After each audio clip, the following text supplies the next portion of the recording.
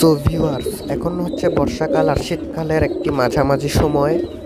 এই শীতকাল আর বর্ষাকালের মধ্যে আমরা যে সমস্যাগুলো কবুতর নিয়ে ফেস করি সেগুলোর মধ্যে একটি ভয়াবহ রোগ হচ্ছে কবুতরের চোখ ওঠা। আমার যে কবুতরটি প্রথমে দেখতে পেলেন সেটির প্রচণ্ড পরিমাণে চোখ উঠেছে।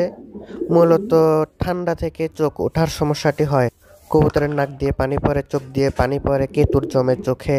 এর মাধ্যমে কবুতরের চোখ প্রচণ্ড পরিমাণে ফুলে যায় এবং অনেক সময় চোখ নষ্ট হয়ে যেতে পারে। তো আমি এই মুহূর্তে যে ড্রপটি কবুতরের সলিউশন, চোখের সলিউশন হিসেবে ব্যবহার করছি সেটির নাম হচ্ছে সিপ্রো ডি ভেট।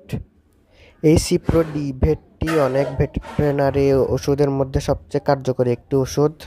এটি কবুতর, মুরগি, যে কোনো পশু প্রাণীর চোখে ব্যবহার করতে পারবেন আপনারা চাইলে। এটি প্রতিদিন 2 বেলা ব্যবহার করবেন, 1 ফোঁটা করে, এক চোখে 1 ফোঁটা করে প্রতিদিন 2 বেলা।